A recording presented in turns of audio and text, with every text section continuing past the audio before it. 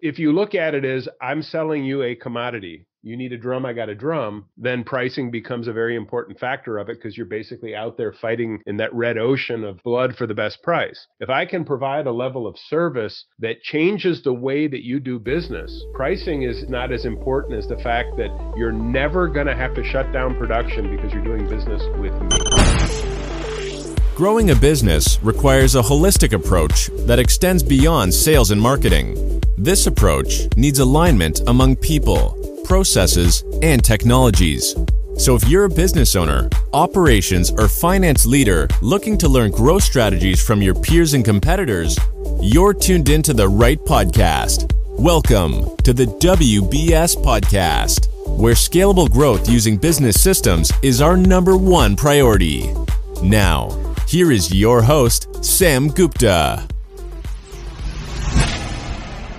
Hey everyone, welcome back to another episode of the WBS Podcast. I'm Sam Gupta, your host and principal consultant at digital transformation consulting firm Elevate IQ. Product pricing is more than just the dollar amount printed on the packaging or price labels.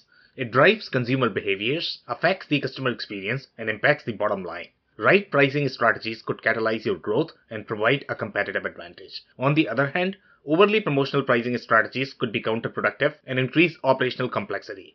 When it comes to pricing, it's the balance that matters.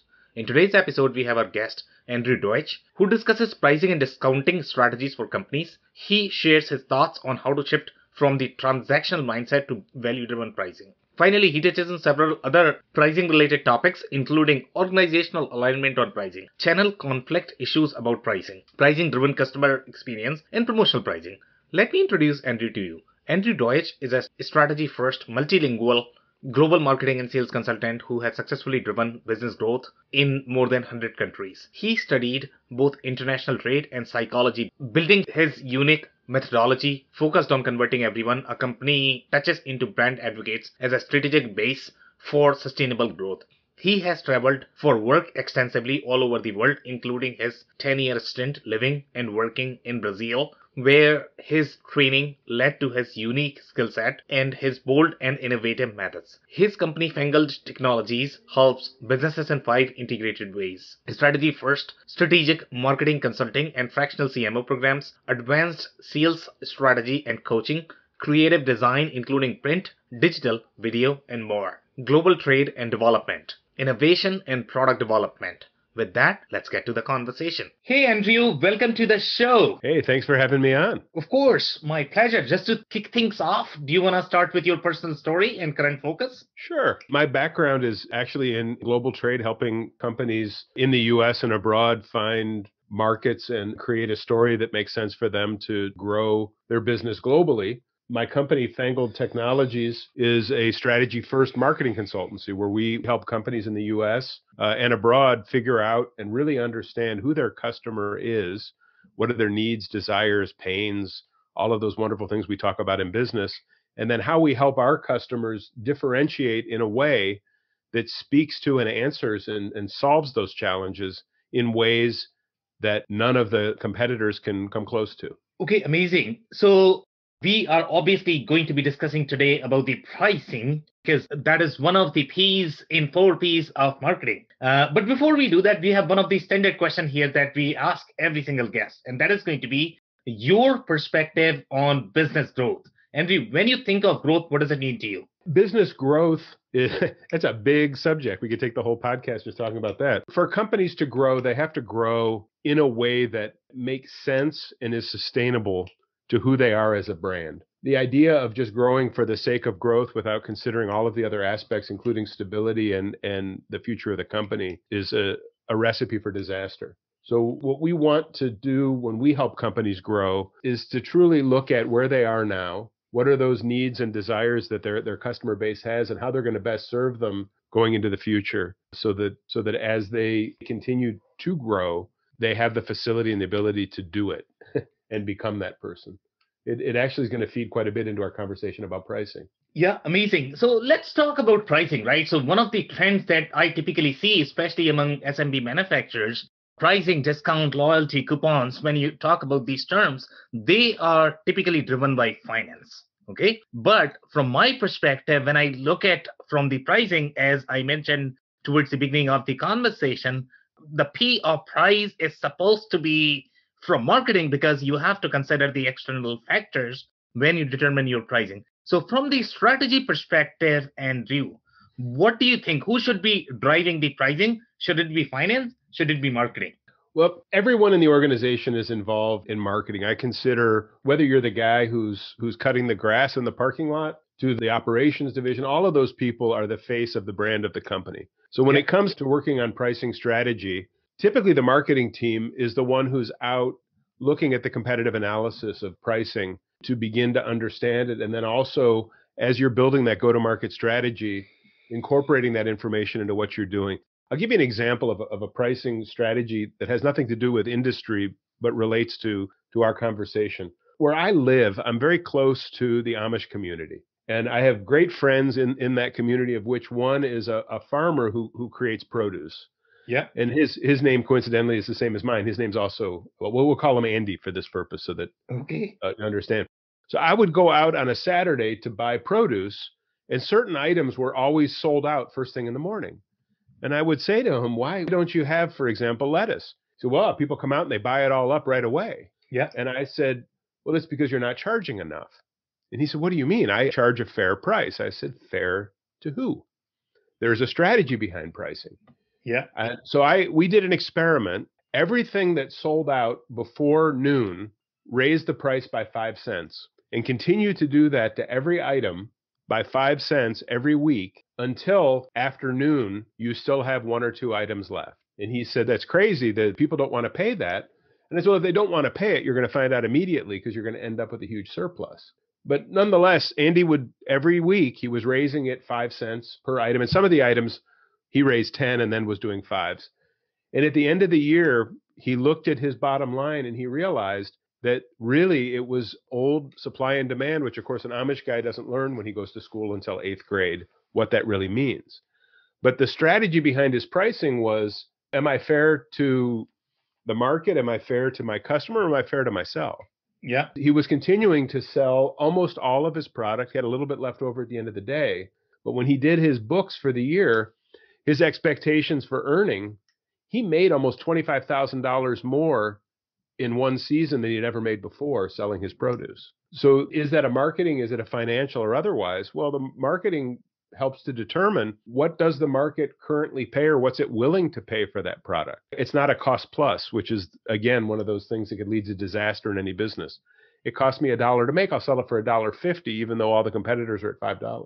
Yeah. So let's talk about this fear of pricing, right? So when we look at the smaller businesses, so let's say if we are doing the experiment with pricing, sometimes, at least in my experience, I have seen that businesses are afraid of losing those customers, losing the relationship, and have this fear that if they start charging more, then they are going to come across as unfair, right? So as you mentioned, your comment about being fair, but there is a relationship play here, right? So there is a little bit of fear. So in your experience, what should business owners do in alleviating this fear? So let's say if you increase the price, you might end up losing that customer. That customer might end up talking over social media that this particular business is charging more than it is fair. So how would you approach this fear? Would you still increase the price even if you are probably going to lose the customer just because you are going to come across as unfair? Well, I want to deal with that by unpacking it a little bit, because Yeah. people say, "Oh, I'm afraid that if I raise the price, that could happen." My question is, why aren't you afraid that you're leaving money on the table and people are looking at your business transactionally as opposed to the value that you provide? And I'll give you an example in the steel drum industry, which I did quite a bit of work in a while back. I worked for a company that did not have the lowest prices on their drums in the market, nor did they ever intend to, because the real cost in that industry is what happens when the supplier can't bring them to me in a timely basis. What if a company could guarantee delivery, guarantee quality, and that personal touch to deal with runs in your production what would happen if I wasn't able to fulfill that and your factory had to shut down because you had no packaging to put your products in? So if you look at it as I'm selling you a commodity, you need a drum, I got a drum, then pricing becomes a very important factor of it because you're basically out there fighting in that red ocean of blood for the best price. If I can provide a level of service that changes the way that you do business, pricing is not as important as the fact that you're never going to have to shut down production because you're doing business with me. And then pricing isn't. I'll give you an example. 3M as an industrial supplier, they are never the lowest price guy in the market that I'm aware of, especially in the industrial space. Yeah. But if you talk to buyers, there's a mantra among buyers about doing business with 3M. They'll tell you, well, I know you've got an alternative to what they have and your pricing's a little bit better, but you know what? No buyer ever lost his job for buying from 3M. In other words, no buyer loses their job by taking the safe route because we know with 3M we're getting what we get. The quality is going to be perfect. You're not going to shut down my plant. It's going to be here. All of those things completely best any concept of I can save a nickel going with the generic and hope that it's as good. So as soon as you can get folks out of the mindset, what you make is a commodity, the way you do business is commoditized, and it's just a transaction. As soon as you can get past that into that true value sell, the pricing isn't as important. Now, on the other side of it, if doing business with, say, for example, 3M, a product from 3M costs you $100 and there's an alternative solution that costs $5, all of a sudden that huge difference in price makes that value prop a lot harder to prove.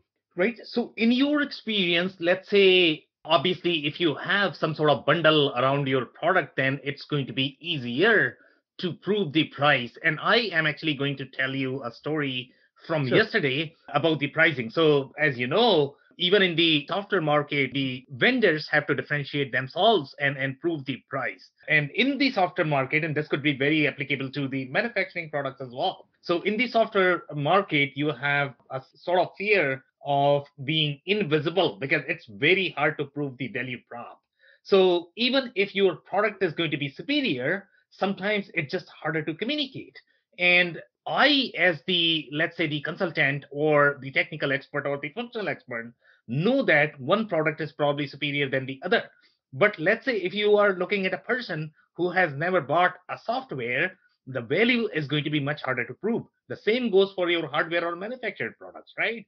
So in case of manufactured products, let's say if you are buying a machine and if the machine is very complex, now if a buyer who is not as sophisticated in buying that machine, for them it's machine 1 versus machine 2, it's going to be just your CNC machine, right? So how do you still prove the value and justify your price? In my experience, it's extremely hard. So do you have any stories where you were able to, let's say, prove the value of the product and convince that the price should be, let's say, 1.25 or 1.5x of what the competitor would charge?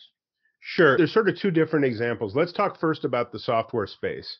Yeah. And then I'll give you an example in the industrial space. So when really high quality marketing people are involved in that software as a service or other software sales, they have to have histories of accomplishment. So for example, in your space where I know you've got more expertise than most people that I know, which is the ERP space. Yep. What would happen if I was the salesman and I was able to share data showing that our implementations happen in half the time as my competitor? Or I have evidence that productivity changed in my clients by this much, data-driven accomplishments to show the value. If one was an investment of, say, $500,000 to get the ERP up and running, and the other is a $750,000 cost, so there's a difference there. But the $750,000 one can prove that they've done 20 applications where they've brought it in before the time, and these were the financial accomplishments of those companies.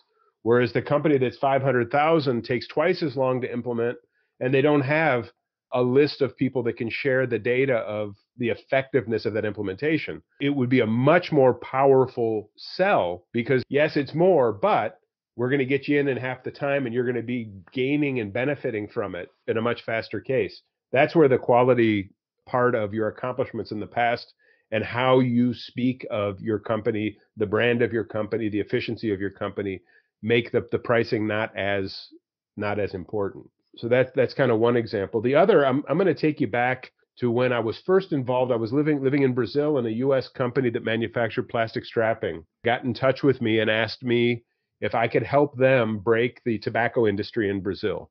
So when tobacco gets shipped, not cigarettes, but the actual processed tobacco, it's packed into these 150 kilo pallets that have multiple straps on the pallet that are held together with a plastic polyester. It's a very high strength strap that's replaced steel in that market years ago.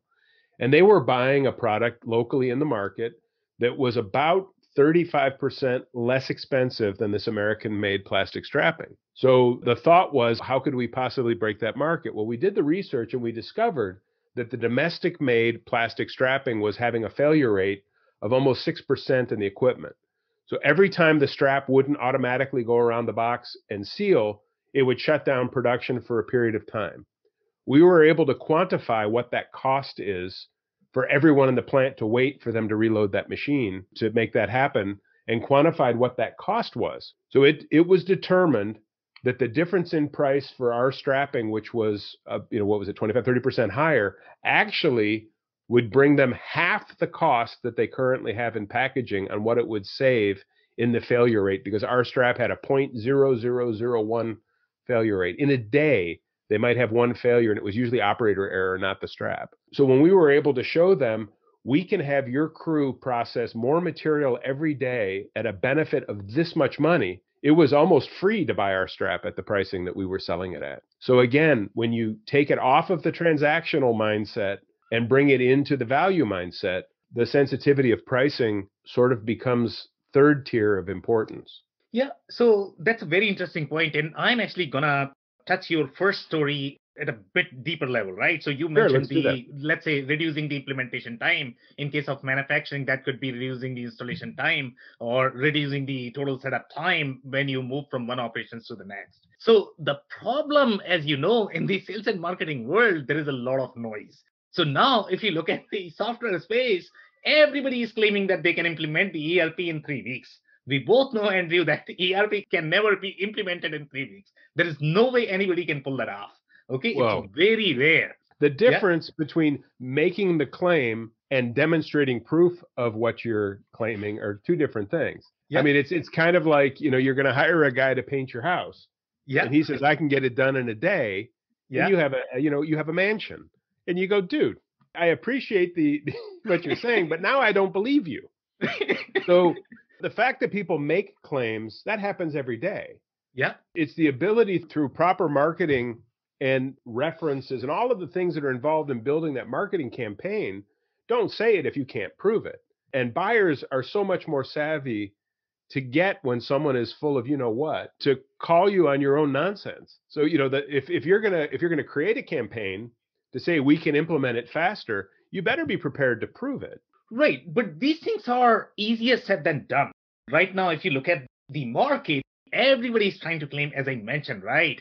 And everybody's claiming that, and it's almost like a rat race at this point of time. If you ask any consultant, nobody would agree that an ERP can be done in 3 weeks. And a person who has implemented an ERP, they would never believe that it can be done in 3 weeks. Because ERP implementation is more than a tool. You have to go through your change, you have to go through your change management, and then then you can implement. Yeah. The same goes for a complex machine as well, Andrew. Because you have to look at your process, you have to look at your specifications, the way the machine is actually going to change your production process. You have to make sure people are comfortable with, you have to make sure people are trained with it. So sure, on paper, everybody can claim that absolutely. They can. What if you go back in your history, and I know you're one of the kings of the ERP world, what's the least expensive ERP implementation you've ever done? The bottom, the cheapest, the least expensive. Well, least depending upon how we are talking about, because each ERP implementation is different, right? So let's say if I said to you, what would be the minimum dollar that someone would have to invest before they would talk to you? If I came to you and said, I got a guy with a $10,000 budget, you probably wouldn't even hold the meeting, because that's exactly. So where is the bottom? That's what I'm asking you. I would say roughly $100,000. Okay. Who is going to spend $100,000 responsible and accountable to their company, their board of directors, their stockholders, whatever that is, without first going, I'm going to verify every single claim that these guys make. I mean, it's part of the due diligence of a company. And quite honestly, if someone is silly enough to spend 100,000 plus on an ERP implementation and not do the due diligence to make sure that all of those claims are provable, shame on them.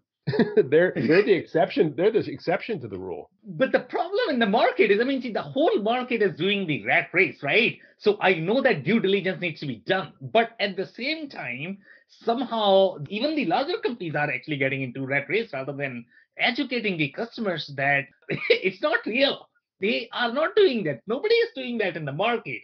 So sometimes that becomes a problem for a lot of, for example, manufacturers. I mean, see, I'm pretty sure it's going to be the same in the manufacturing community as well, that everybody's sort of getting into the rat race that I can do it faster. End of the day, this is a manual effort. People are going to take what they are going to take. Yeah. It's such a big ticket item that properly marketed, showing that value, unless the value that you're showing isn't something that your client actually values, in which case calling it a value is silly. But Yeah. the price sensitivity, when you have the ability to answer and solve their problem in a way that nobody else really can, is when pricing is no longer the issue that it would have been if you're just comparing prices. And I've seen it when, I've been through ERP implementations, and many of the times, I can't think of a single ERP implementation I was involved with where the final decision was, well, it's going to be between these two, but one's cheaper, so let's go with it. It was always that the salespeople involved were able to show a value of what that could do that bested all the other ERP implementations that were in the market, and the choice was made. So I think that the price sensitivity thing, like I said from the beginning, is if you're a salesperson who's just taking orders and in transaction mode, pricing is everything. If you have the ability to truly show a value, whether it's the product, whether it's delivery of the product, whether it's post-service, whether all of those things to create where that value prop is, then pricing is not the final decision-making point. It rarely is. In quality salespeople always beat the transactional guys where there's a true value that the customer can see. Yeah. So let's talk about some of these highly engineered components. And in my experience, typically the pricing drives the customer experience. If you price right, then your sales cycle could become shorter. You could have less friction with your customer interactions. You could make the whole process very smooth and seamless. But especially when we look at the highly engineered components, and I'm sure you have this experience as well, especially when you are talking about, let's say, highly engineered manufactured components or some sort of, construction Absolutely. machinery, right? So in this particular case, majority of the time, how these companies are going to operate is, let's say if they have the quote process. In case of quote process, they are going to get a design from the customer. They are going to, let's say, find the quote based on the material, based on the labor. Then they are going to send to the customer. It's going to take very long time before a quote can be approved, finalized. Obviously, for customers, it's very painful because they have to go through these interactions all the time. They have to look at everything. So tell us some of these strategies that you have seen in reducing the friction in designing the pricing model in a way that this actually improves the customer experience, this expedites the sales cycle.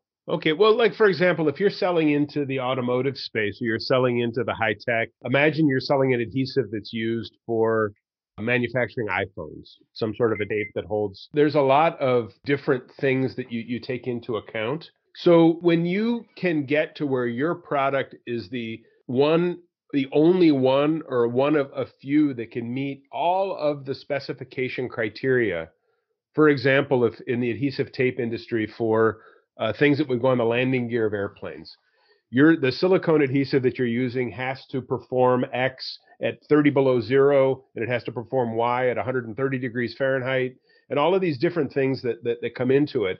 The more unique or closest to being unique that your product is to be able to solve the challenge in that highly specified area, again, the less pricing is important.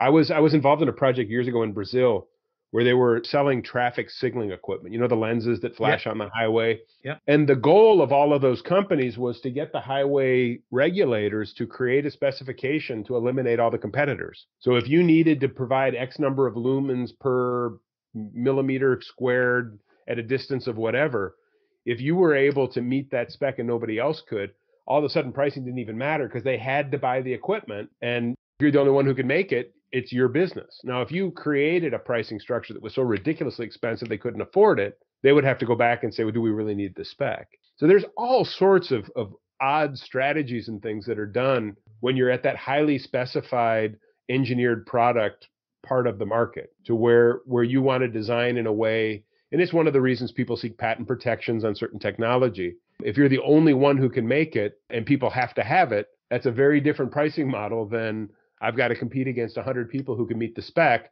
but now I have to figure out a value to be able to get the pricing that I want where they can't deliver it or perform or service it in a way that I can. All of those things factor. There's no cookie cutter answer to that question. Each strategy is unique to that specific market, the players, the needs, desires, and that's why as a company, we take all of our customers back to understanding their core strategy before we look at how we build pricing models and all the other tactical tools to go forward. Okay, so let's talk about the customer groups. So obviously, majority of the organizations are going to have some sort of customer groups. Let's say if there are going to be some loyal customers, then you are going to be slightly friendlier with them in terms of pricing. Let's say if your employees are buying the goods from you as well, then you are probably going to be slightly friendlier just because you want to encourage them to buy the products from you. And then let's say if you have the distributors involved, then your pricing model is going to be fairly different. And let's say if you have the mix of channel plus direct, then you are going to have channel conflict issues. So tell us some of the strategies around how to identify these customers group. What are some of the pricing strategies that you might be able to use? And if you have any stories around these customers groups, how you have done it, what kind of challenges you have faced in designing the pricing model? The question is doesn't have a cookie cutter answer, but let's start with employees. If you have employees who are also consumers or potential consumers of what it is that you make, you absolutely want to entice them to, with pricing or strategy, even rewards, to be advocates for your brand, because everyone in the building should become a voracious advocate for what you do so they can get everybody they meet to be that way. So that's why, for example, if you're an employee of, say, Honda Motors, you can get a great discount. When somebody shows up at the plant and drives through the parking lot and they see Honda cars everywhere, they go, wow, these people really love what they make. If the employees want, there's some real marketing benefit there. But the employee part of it is the least important in terms of pricing when you start to look at, if I've got a product line that I sell at retail through, and the retail is direct to retail, I've got distributors who sell into the small mom and pop shops, I've got manufacturers reps who are out there who can sell direct to end users. You have to balance all of that so that you don't have those channel conflicts. No direct retailer who's buying directly from you should be able to buy from one of your distributors for a better price than they buy from you directly. And this is where the finance people have to be directly involved in the actual implementation of that strategy to make sure that as you build that model. Now, certainly quantity discounts and volume should have a play in most consumable products that are out there. If you're going back to the tape industry, if you've got a guy who buys a roll of tape, and you've got a guy who's buying cases and a guy who's buying truckloads, all of those pieces have to fit together to make sense. So there's no cookie cutter answer to that, except that it has to be well thought through totally before you start taking action. It's much easier in today's world to lower prices than it is to increase. At the same time, you have to build your strategy also around where pricing might go, because raw materials change. I know right now, if you're in the industry that uses steel to make your products, you're going absolutely nuts because there's a shortage of steel. There's a crazy increases in prices. If you look at the data, if you sold items 3 months ago that you're not going to be delivering until the end of the year, you might be making those products at a loss because the index has changed so much. And when you calculated your cost, your raw material cost is very different than what the end use is going to be. These are all things that are outside of the realm of the marketing decision, but why marketing and operations and purchasing always have to be in alignment. If you're using volatile cost raw materials, the pricing strategies have to be on a different basis. You have to warn your customers in advance. I know in the drum industry, we typically would alter our pricing quarterly based on certain indexes and a calculation that all of our customers understood, because you couldn't guarantee pricing for a year. And of course, the manufacturers who were buying the drums wanting to use them would want, annual pricing strategies, and it just couldn't happen because steel's as crazy as a teenager in high school. You never know what they're going to do next. So, I'd love to give you, hey, this is what you do. And what you do is you have to be alert, aware, and understand the volatility of your specific market to then build your pricing strategies around what are the channels to market that you have and the volatility of those prices. So do you have any stories or examples about how would you balance this? Sure. I'm going to go back to the tapes industry. We had, as a manufacturer, for the most part, made what were considered master rolls of material. So a huge jumbo of an adhesive tape product would go out to what was called a converter. Yeah. And converters have customers who will say, I want that product die cut into pieces like this. I want that product slid into rolls 1 inch wide with 100 meters on it. All of these different ways that they do it. Now, if we had an end user who required truckloads of finished product, we also could sell them direct and convert it in-house. The trick to doing that is making sure that when you do it, you're not making the distributor feel like, oh, so you get the big fish and I get all the scraps. So you would have to competitively price even to end users in a way that wouldn't inhibit your distributors from being able to pick up some of that business also. And it became quite a balancing act for the product managers to create pricing strategies so that we weren't giving ourselves unfair advantage over distributors and giving them the opportunity to do work. Then we started to get into some of the retail space with some specialty items that we came with, which then required a different set of pricing because it involved labor and packaging and other things that weren't part. So to be successful, you've really got to understand the needs of each of the ways that your product goes to market. Okay, so since you mentioned retail, right? So we are going to be talking about, let's say if you have the pricing scheme that you are promoting to your different systems, because let's say if you have a retail outlet that's probably going to use some sort of POS system, right? And then you might have the e-outlet that is going to use some sort of e-commerce system. And then your customers might be calling you and your customer service reps may be fulfilling your orders, let's say from the ERP system or maybe the customer service system. So sometimes this could be challenging to, number one, make the pricing consistent in all of the systems. In our case, I mean, we have seen with our customers that there are scenarios of, let's say, double dipping, especially when you talk about these promo or coupon, because the customers have figured out that, your systems are not really synced and they might be, let's say, going to first the e-commerce outlet to get the discount, and then they might go to your POS system, then they might go to your customer service reps, right? So companies might lose a lot of money because of that. So have you seen similar issues in your space? Do you have any stories where there were issues with respect to pricing and there were real pricing loopholes that customers could utilize, and Absolutely. you did something to prevent them? Well, I can give you an example of one that's real blatant in the market. So if you're a hobbyist woodworker and you go to one of the great retailers out there like Rockler or Woodcraft or otherwise that sell hardware, even Home Depot, and you buy European hinges for making cabinets, for example, and you look at the pricing there, and then you go to a wholesaler who sells to actual cabinet manufacturing companies. The retail price of a hinge at a retail store might be $3 a pair, and at the wholesaler, they're $1. Yeah. And if you're an experienced woodworker who makes a cabinet every once in a while, you're going to go to pay the $3 a hinge because of the convenience and the simplicity. And the big wholesalers aren't going to just sell you one. They're interested in, they're not set up in a way to make it convenient for you to purchase. And if you buy from Woodcraft or otherwise with a bunch of other things that you're buying, the freight is covered because they have a minimum. Whereas with a cabinet, they've created a way of doing that so that cabinet makers can get wholesale pricing and be able to manufacture cabinets that they can resell and make a profit, where the hobbyist doesn't really have access to that market. And there's a lot of products that are that way. In the strapping industry, the packaging industry, most manufacturers have truckload pricing to huge consumers of their product. They also sell through distributors. So imagine if I'm a corrugated box manufacturing plant, I'm going to get a truckload of strapping to strap all the bales and strap the pallets. Maybe once or twice a month, I'll get a truckload. If I'm a guy who needs a roll of strap, I don't have access to that from the manufacturer. You can call and ask. They're not going to sell it to you. They're immediately going to refer you to a distributor. And that was what we had set up when I was in that industry. So if I was looking to buy a pallet of product or a couple of pallets, I was only able to get pricing and purchase direct from a distributor, because that's how distributors make money, is they buy large quantities of things, break it up and sell it in that form. Also, from a service component, if you were buying truckloads of material, you're not going to get the same level of service if you have a challenge with that strap as when you're dealing with a distributor who's selling you that strap. They're selling you tape.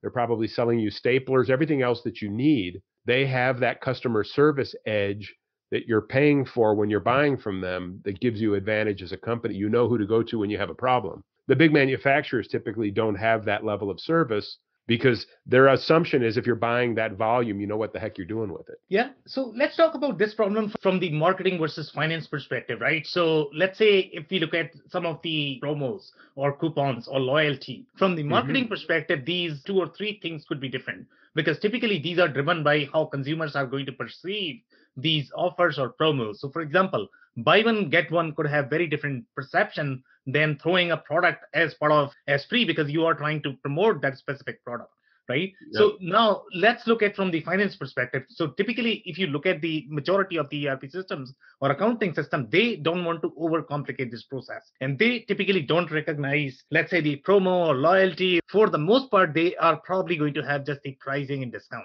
So in your experience, when you, let's say, if you were to recommend somebody, let's say if you have a retailer or the manufacturer, and they are trying to design their promo or coupons, what will be some of these strategies to simplify the promo so that, number one, they work, but they are not overcomplicated at the same time, so that, it could be confusing? Yeah, I've had this conversation many times about companies that have couponed themselves to death. Yeah. I'll give you an example of Bed Bath & Beyond, who's really in financial trouble now. There was a time where you would get in line there, and the person in front of you had a stack of 100 20% off coupons.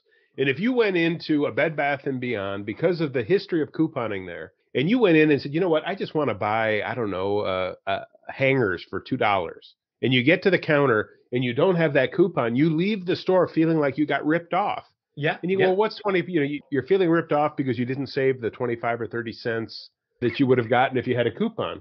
Yeah. It's the same back in the day when fast food, even back in the 70s and 80s, 1970s and 80s, when fast food was really growing, there were certain chains like Kentucky Fried Chicken, which is now KFC, that if you went in there and you didn't have the coupon, you felt like you were getting ripped off. Yeah. So that's one end of it. Now, a lot of times, there are certain times of year where the coupon might make sense. For example, if you're a retailer and you've got inventory that's seasonal, and you want to create a promotion to get rid of it after the season's over so you don't have to store it until the next year, that makes sense. If there's a competitive advantage or a product line that you want to finalize and get out to move on to the next thing, the end of model year clearance, those kinds of things, it makes sense. But when your company has a history of constantly having those promotions, it can kill you. We have a side project called the Virtual Presenter Course, which is a training website. And most of the people who go on there buy through one of our affiliates. And if you go on the website with an affiliate link, it gives you a discount in the cart, which is part of the way that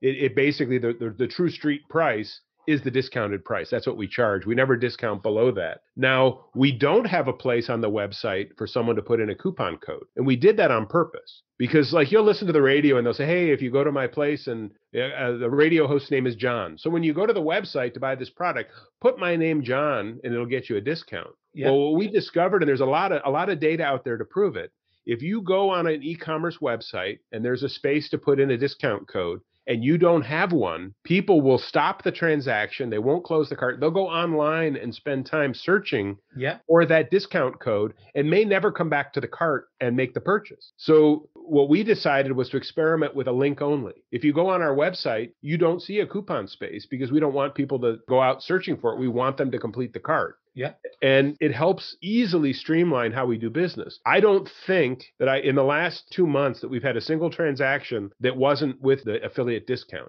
We haven't had anyone organically go to the website and pay full price, which is really not really the full price. It's the elevated price so that the person get a discount. But the couponing idea has really changed and sort of cheapened. It's interesting, during COVID, there's Costco, BJ's. Costco sends out a coupon book now so that you know where the discounts are. Yep. But because you're a Costco member, those coupon codes are already in the system. You're going to get the discount whether you remember to clip them or not. So it's basically these things are on sale this month and you should go buy them. BJ's, on the other hand, now if you want to use the virtual coupons, you actually have to go on your phone or on your computer and go item by item by item, electronically clipping each of those coupons before you go to the store, or you don't get the discount. So what they've basically done is they've forced people to spend 20 minutes to 30 minutes going through their app, clicking on the things that they want. So what happens now, and the behavior that I've heard from some folks involved in that organization, is the average consumer who wants the discount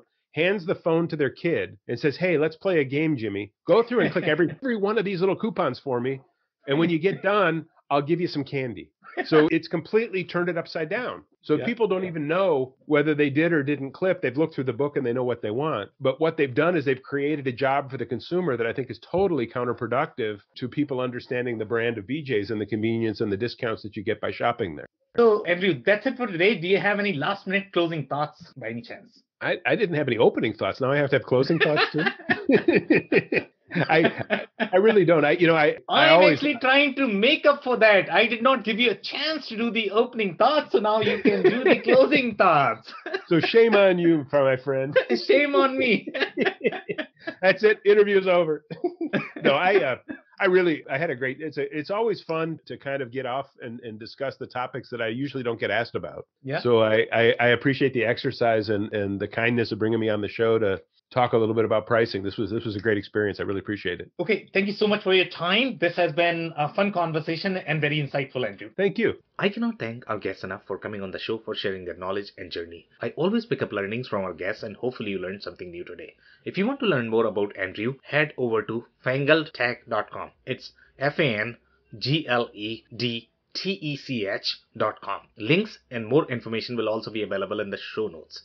If anything in this podcast resonated with you and your business, you might want to check other related episodes, including the interview with Kirk Thompson from Chief Outsiders, who discusses how team alignment may be necessary to align with your customer experience strategy. Also, the interview with Mark Jaffe from Strategic Growth Consulting, who discusses how macroeconomic trends impact consumer behaviors. Also, don't forget to subscribe and spread the word among folks with similar backgrounds. If you have any questions or comments about the show, please review and rate us on your favorite podcasting platform or DM me on any social channels. I'll try my best to respond personally and make sure you get help. Thank you, and I hope to catch you on the next episode of the WBS Podcast. Thank you for listening to another episode of the WBS Podcast. Be sure to subscribe on your favorite podcasting platform so you never miss an episode. For more information on growth strategies for SMBs using ERP and digital transformation, check out our community at WBS.rocks. We'll see you next time.